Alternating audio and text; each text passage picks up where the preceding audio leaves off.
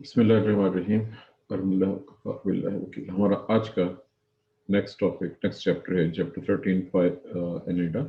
ये यहाँ पे 13 है एडिशन 4 में चैप्टर का नंबर कुछ और होगा। The metameric body form, metamerism ये लफ्ज़ है जो इंटर लेवल पे भी आज का हुआ।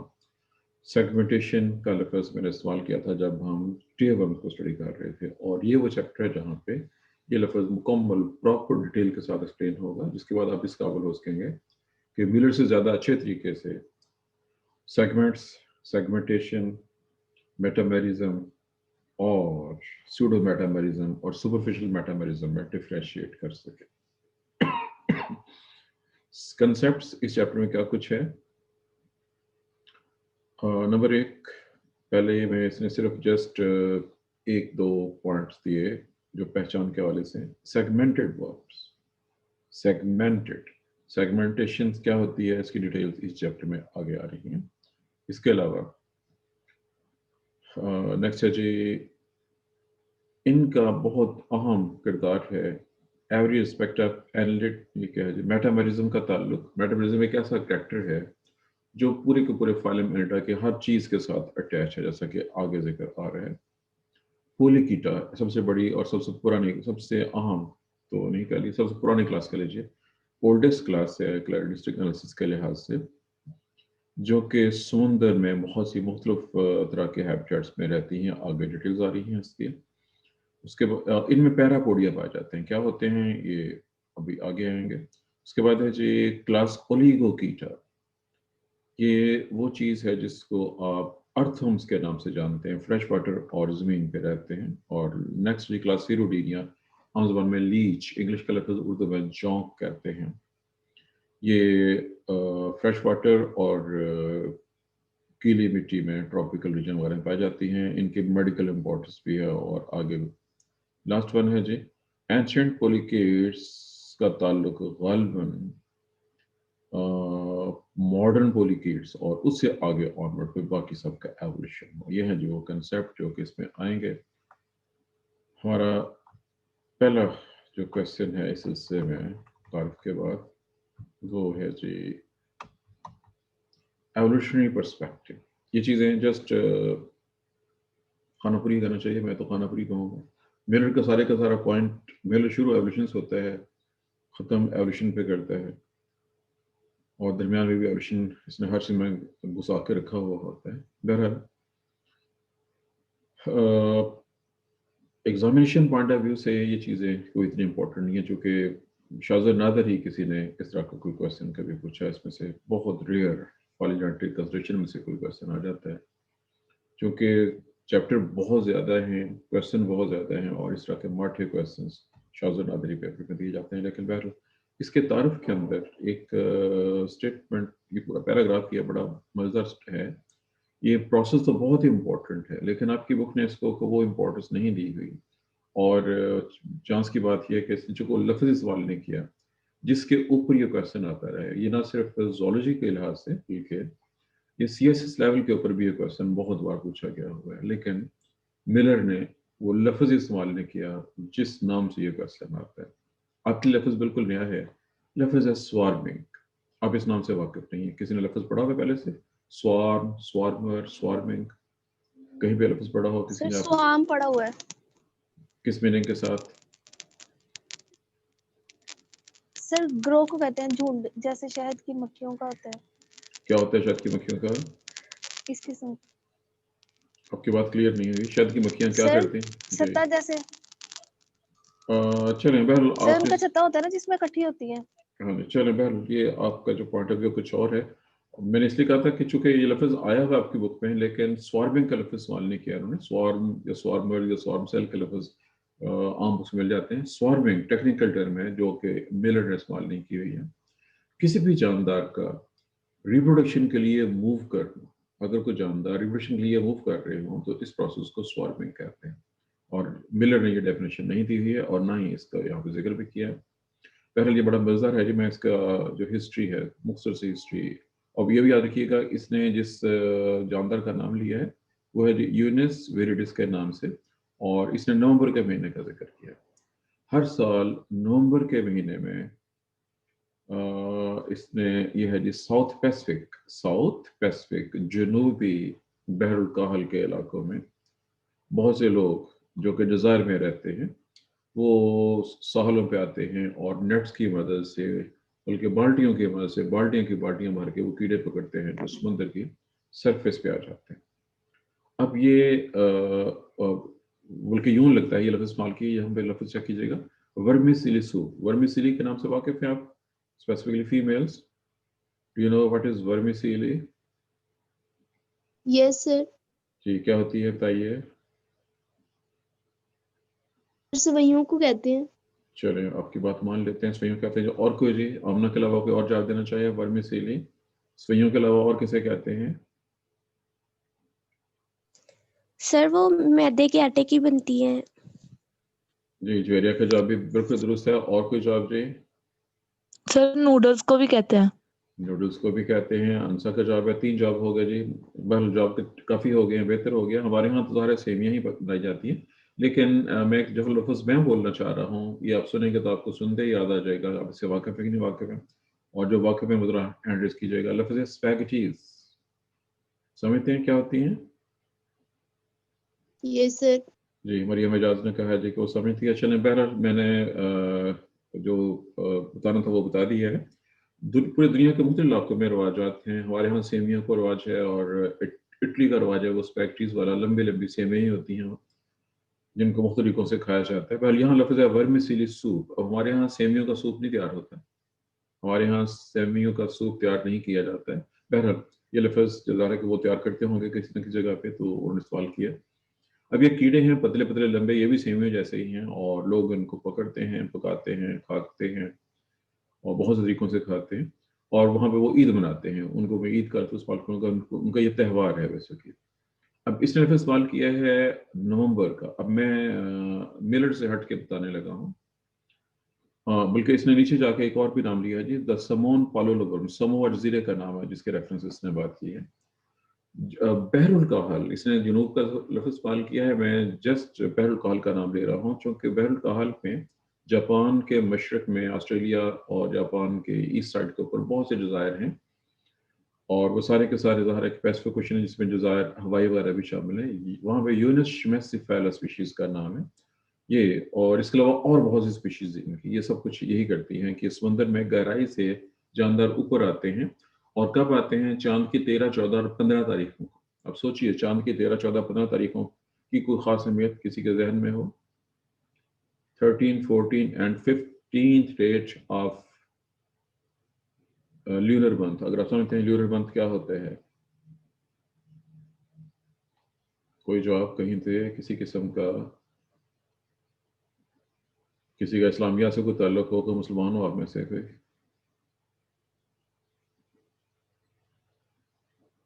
नो इन्फॉर्मेशन, नो इस्लामियात एट ऑल। सर चांद की 14 को जो है चांद पूरा अपनी रोशनी को जाहिर करता है। हाँ जी, बिल्कुल। तो वो 13, 14, 15 तीनों कोई काफ़ी ज़्यादा बड़ा चांद होता है, लेकिन जो मैंने कहा था इस्लामियात के रेफरेंस से किसी के जहन में है कोई कंसेप्ट इसका, कोई इसकी वो खास खासियत इस्लामिक पॉइंट ऑफ व्यू से? जी रातें इंपॉर्टेंट होती हैं, इनके रोजे भी रखे जाते हैं इन दिनों के। जी बिल्कुल। इनका स्पेसिफिक लफ्ज़ है अय्याम में 20 कहते हैं इनको, और इसमें रोज़ा रखना, बहुत से लोग ऐसे हैं जो इन रातों में रोज़ा रखते हैं और इबादत करते हैं। एनीहाउ, जो हैरानकुन चीज़ है कि जब चांद फुल मून होता है तो पूरे 3 दिन के लिए ये कीड़े ऊपर आते हैं और लोग इनको पकड़ते हैं, खाते हैं। ना सिर्फ लोग बल्कि जो जानवर हैं और जो परिंदे हैं शिकारी, वो भी वहाँ पे आते हैं और इनका शिकार करते हैं। मेरा ये था जी तारुफ इस चैप्टर के लिहाज से। अब आगे है जी हमारा नेक्स्ट टॉपिक। इसने क्लासिफिकेशन पहले दे दी है। क्लासिफिकेशन से मुझे लगता है पीछे कुछ और भी टॉपिक है शायद, क्योंकि इसने इसको कंटिन्यू किया हुआ है टॉपिक को। क्लासिफिकेशन से हटके है ये। जी, लेकिन ये चीज़ें मैं यहाँ एक्सप्लेन नहीं करूँगा, इनको मैं सेपरेट अलग से एक्सप्लेन करूँगा। मैं पहले अब टेबल, क्लासिफिकेशन वाला टेबल की तरफ आ रहा हूँ। और ये एक ऐसी तस्वीर है जो बिल्कुल हट के है, फाइलम एनिडा के ही मेंबर है, लेकिन ये आपके लिए गैर मारूफ है। एनीहाउ फाइलम एनिलिडा, ये जी क्लासिफिकेशन वाला टेबल याद रखिए, थ्योरी के साथ साथ प्रैक्टिकल के लिए भी इम्पोर्टेंट है। ये क्लासिफिकेशन वाला टेबल थ्योरी के साथ साथ ये आपका प्रैक्टिकल भी है साथ। फाइलम एनिलिडा के कैरेक्टर्स दिए हुए हैं जिनकी डिटेल्स आप प्रैक्टिकल में भी पढ़ रहे होंगे या पढ़ चुके होंगे। ट्रिप्लोप्लास्टिक, सीलोमेट, यहाँ तक तो आप पहले से वाकिफ हैं। मेटामेरिक, ब्रैकेट में सेगमेंटेड लिखा हुआ है जिसकी वजाहत आगे फुल फ्लेज क्वेश्चन की शक्ल में आएगी। एलोंगेट, लंबे, सिलेंड्रिकल और oval in cross section. Complete आइसोस्ट्रक्ट, पेयर्ड एपिडर्मल सीटी, नया लफ्ज है। सीटी क्या होते हैं आगे डायग्राम में एक्सप्लेन होगा। वेंट्रल नर्व कार्ड एक्सप्लेन हो चुका है, पहले भी जिक्र आ चुका है। और ये फाइलम ट्रेडिशनल 3 क्लासेस, इसने लफ्ज इस्तेमाल किया ट्रेडिशनल, वाइड तौर पर इसकी 3 क्लासेस, ताहम नई क्लासिफिकेशन उसकी क्लासेस 3 से ज्यादा है जिनके नाम आगे आ रहे हैं। Credit analysis has resulted in other interpretation which will be discussed later. ये आगे पहली क्लास है जी क्लास पोलिकीटा, लार्जेस्ट क्लास है, मोस्टली समुद्र में रहते हैं। हेड, आईज और टेंटिकल, जहाँ हेड है वहाँ पे आईज और टेंटिकल भी होते हैं। पैरापोडिया वो स्ट्रक्चर है जो बिज़ाहर टांगे नजर आती हैं, मैंने लफ्ज़ इस्तेमाल किया है, बिज़ाहर टांगे नजर आती हैं। उनके ऊपर बहुत से सीटी होते हैं, बारीक बारीक स्पाइन लाइक स्ट्रक्चर। स्पाइन का मतलब सिर्फ हेयर लाइक कह लें, इनका चुभना जरूरी नहीं होता। मोनोशियस या डायोशियस डेवलपमेंट में ट्रुकोफोर लार्वा होता है। Nereis, Arenicola, Sabella, 5003 species. Nereis बहुत मशहूर और मारूफ है, हम रेडिकल में इसी को यूज करेंगे। क्लास ओलिगोकीटा, इसमें लफ्ज है जो फ्यू सीटी, सीटी कम में, पैरापोडिया नहीं होते, डिस्टिंक्ट हेड, वाज़ेह तौर पे हेड नजर नहीं आता। मोनोशियस यानी एक ही जानदार में मेल फीमेल, डायरेक्ट डेवलपमेंट मतलब लार्वा नहीं बनता है। फ्रेश वाटर या जमीन के ऊपर लम्ब्रिकस और ट्यूबिफेक्स, 3000 स्पीशीज के साथ दूसरी बड़ी क्लास है। लम्ब्रिफेक्स ये अर्थवर्म की जीनस है, और जो हमारे यहाँ अर्थों जाता है वो फ्रेक्टिवा है, ये अमेरिकन स्पीशीज है। नेक्स्ट है जी क्लास हिरोडीनिया, लीचेस, जोंक। आपकी बुक के मुताबिक, मिलर के मुताबिक इसमें 34 सेगमेंट होते हैं। फिर सुन लीजिए मैंने क्या कहा है, मिलर के मुताबिक जोंक में 34 सेगमेंट्स होते हैं। अदर बुक के मुताबिक 32 या कुछ के मुताबिक और भी डिफरेंसेस हैं, लेकिन इतना ही काफ़ी है। बॉडी के ऊपर दायरे लगे होते हैं, इन दायरों की तादाद सेगमेंट से ज़्यादा होती है, 100 के करीब दायरे हो सकते हैं। एनुलाई दायरों को कहते हैं। इनमें 2 सकर्स हैं, ओरल सकर और पोस्टीरियर सकर। सकर का लफ्ज़ पीछे एक्सप्लेन हो चुका, और ओरल सकर के अंदर इनका माउथ होता है। इनमें पैरापोडियन होती है। सीटी या तो रिड्यूस्ड है या एब्सेंट है। ये भी फ्रेश वाटर, मैरीन और टेरेस्ट्रियल हर जगह पाई जाती हैं। 500 स्पीशीज के साथ इनकी अपनी मेडिकल इंपॉर्टेंस भी है। यह है जी क्लासिफिकेशन। और अब है जी अगला पॉइंट है करैक्टर्स के हवाले से। ये तस्वीर आप देख रहे हैं ऊपर, इसके लिए ये नाम है जी फैन वर्म। ये जैसे फैन लोग नवाशी खूबसूरत फैन यूज करते हैं, ये उस तरह से पहले इसका नाम फैन वर्म है जी, और साइज के इसकी और कोई खास अहमियत नहीं है। ये है जी करैक्टर्स की डिटेल्स जो कि आपकी बुक में दी है। करैक्टर्स की डिटेल है, बल्कि करैक्टर्स तादाद के लिहाज से 6 करैक्टर दिए हुए इसने, इससे ज़्यादा करैक्टर्स हैं। मेटामेरिक, जिसकी वजाहत आगे नहीं है। Bilaterally symmetrical worm like well known है। प्रोटोस्टोम की वजाहत पहले से हो चुकी है। स्पाइरल क्लीवेज, ट्रोकोफोर लार्वा पहले जिक्र हो चुका हुआ है। शाइजोसीलस सिलोम फॉर्मेशन पहले से डिस्कस हो चुकी हुई है। पेयर्ड एपिडर्मल सीटी, आगे डायग्राम्स आएंगी तो वजाहत हो जाएगी। Close blood system well known है। डॉर्सल सुप्राफिरिंजियल गैंग्लिया, सुप्राफिरिंजियल फेरिक्स के ऊपर, डॉर्सल साइड के ऊपर गैंग्लियन जो कि ब्रेन के तौर पे काम करता है। और ventral nerve card with ganglia, ये पहचान है इसकी। और इसके साथ साथ फाइलम आर्थ्रोपोडा में भी यही करैक्टर मौजूद है। मेटानेफ्रिडिया आमतौर पर या प्रोटोनेफ्रिडिया मौजूद हो सकते हैं। यहाँ तक थे जी इसके कैरेक्टर्स की कुछ मुख्तसर वजाहत, आगे आएगी डिटेल्स के साथ।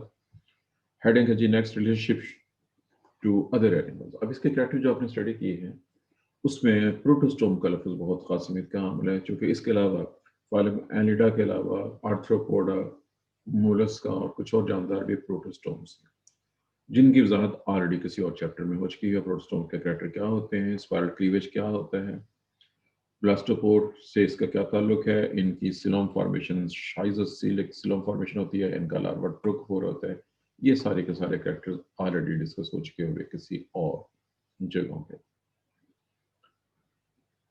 अब यहाँ पे है जी ये पॉइंट, इनका evolution early pre Cambrian time. Pre Cambrian, आप इस नाम से वाकिफ हैं, ये आप फर्स्ट ईयर लेवल से पढ़ते आ रहे हैं जियोलॉजिकल टाइम चार्ट में। कैम्ब्रियन पीरियड, और कैम्ब्रियन पीरियड से जो पहला दौर है वो प्री कैम्ब्रियन टाइम कहलाएगा। टेक्निकली उस दौर का नाम, जी किसी को मालूम हो प्री कैम्ब्रियन जो दौर था उसका नाम क्या था? किसी को याद रहा हो, पढ़ा हो, सुना हो, याद रखा हो?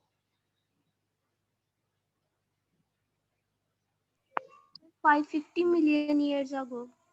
नहीं, मैंने दौर का नाम पूछा है, आप टाइम बता रही हैं और आपने जो टाइम बताया है वो भी गलत है। उस दौर का, मैं उर्दू का लफ्ज़ दौर इसलिए बोल रहा है ताकि मैं देखना चाहता हूँ आपको वो याद भी है कि नहीं है। This is very simple question, FS level का क्वेश्चन पूछा है, आप बीएस में हैं और वाह वाह वाह सारे नंबर लेके आए हैं, मुख्तलिफ मशहूर मारूफ जगहों से और लोगों से पढ़ के आए हुए हैं। फर्स्ट ईयर लेवल का क्वेश्चन है जी, फर्स्ट ईयर चैप्टर 1 अगर आपको नहीं आता है तो इसका मतलब आपकी फर्स्ट ईयर भी मशकूक ही है बाकी चीज़ों के साथ साथ। अपनी फर्स्ट ईयर को शकूक व शुबहात से निकाल लें। आप लोगों ने वाकई पढ़ के पेपर दिए थे कि किसी और तरीके से पेपर दे के पास हो गए?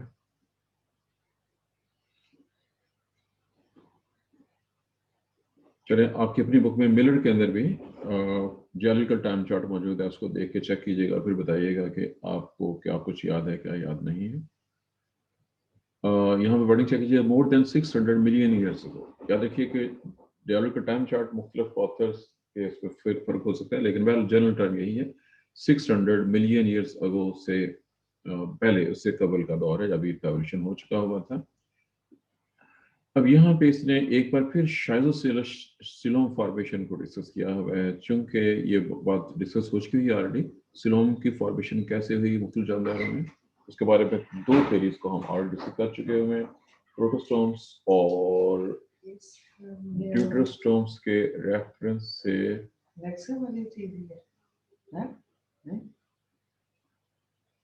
उससे मिलती जुलती है वो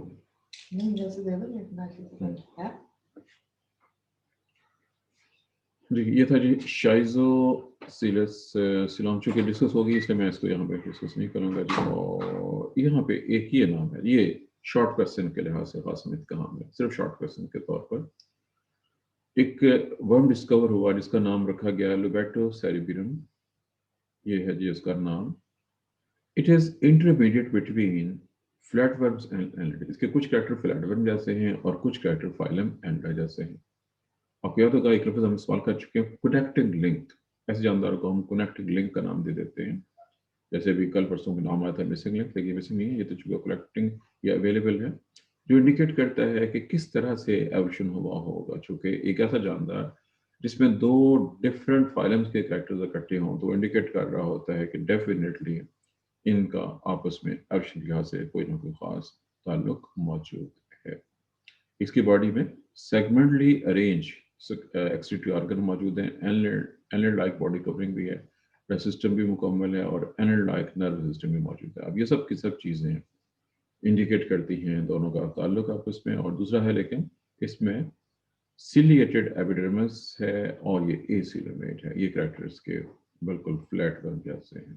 पर ये है जी एक क्लू कि एवोल्यूशन कैसे हुआ हो सकता है। आज के लिए हमारा टॉपिक, जो कि आगे फुल फ्लेज क्वेश्चन आ रहा है, जो कि इस जॉन है इस चैप्टर की, मेटामेरिज्म एंड टैगमेटाइजेशन, जो कि ये लफ्ज़ आपने प्रॉपर नहीं पढ़ा हुआ इंटर लेवल के ऊपर, पढ़ा नहीं हो, बल्कि आपने पढ़ा ही नहीं हुआ, वहाँ मौजूद था लेकिन ना तो आपने पढ़ा है ना किसी ने पढ़ाया होगा। तो इसलिए मैं इसको यहाँ पे स्टॉप कर रहा हूँ, क्योंकि ये फुल फ्लेज बहुत आम क्वेश्चन इंशाल्लाह कल नेक्स्ट टाइम स्टडी किया जाएगा, डिस्कस होगा। यहाँ तक कोई क्वेश्चन हो तो आप पूछ सकते हैं। आज चूँकि फ्राइडे है जी, टाइम थोड़ा है, ये लॉन्ग क्वेश्चन डिस्कस नहीं हो सकता। If you have any question, you can ask questions.